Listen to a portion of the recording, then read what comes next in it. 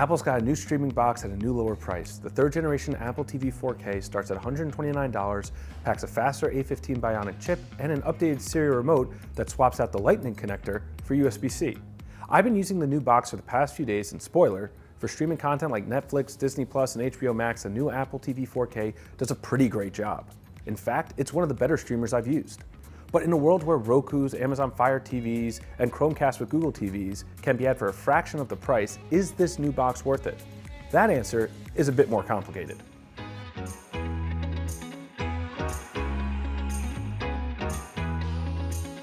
As I said before, when it comes to all the basics you'd want in a streamer, the Apple TV 4K covers, well, all the bases.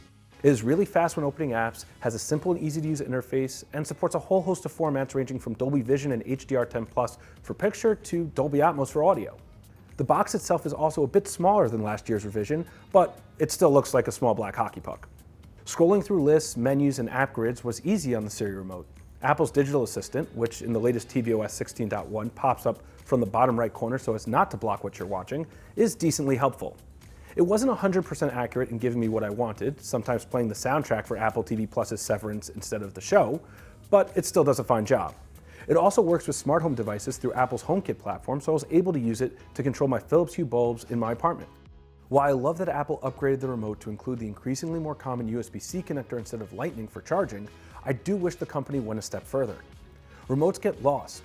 Apple makes a great tracker with AirTags. This seems like a perfect, easy fit, especially when new rival remotes from Amazon and Roku, which by the way cost much less than Apple's controller, have this type of capability.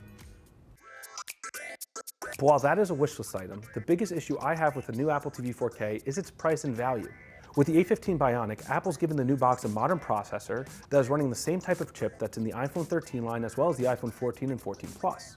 In theory, this extra horsepower could be used for gaming, but as that's limited to the App Store and Apple Arcade, I don't really recommend the Apple TV 4K for those looking for an experience that rivals the Nintendo Switch, the Xbox Series S, the Xbox Series X, or the PlayStation 5. Apple Arcade in particular is still a disappointment when it comes to Apple TV games, and even bigger titles like NBA 2K23 Apple Arcade Edition still pale in comparison to what the hit basketball game is like on a console. Gameplay lacks features and isn't as smooth, and graphical aspects like the player's tattoos are missing details. It would be great if Apple opened the Apple TV to services like Microsoft's Xbox Game Pass or Sony's PlayStation Plus. Like I said, if you want gaming on a TV, look at a console that can not only play those games, but likely has many of the major streaming apps you care about. That middle ground is Apple's big problem. Capable streaming players are significantly cheaper, and the Apple TV 4K is not good enough at other tasks like gaming to justify the premium. Even at $129, which is for the 64GB model that lacks Ethernet and support for the Thread smart home standard, I think most people looking to stream movies and TV shows are better off getting a Roku Streaming Stick 4K or Amazon Fire TV Stick 4K Max for a fraction of the price, and then putting that difference towards the ever-rising prices of a streaming service. Now, if Apple lowers the Apple TV 4K's price by just a little bit more, well then maybe the company will once again have a really compelling home theater product. So, has Apple done enough to make you pay the premium to upgrade your existing Apple TV or even switch from Roku or Google or Amazon? Let us know in the comments and subscribe to CNET for more reviews and videos.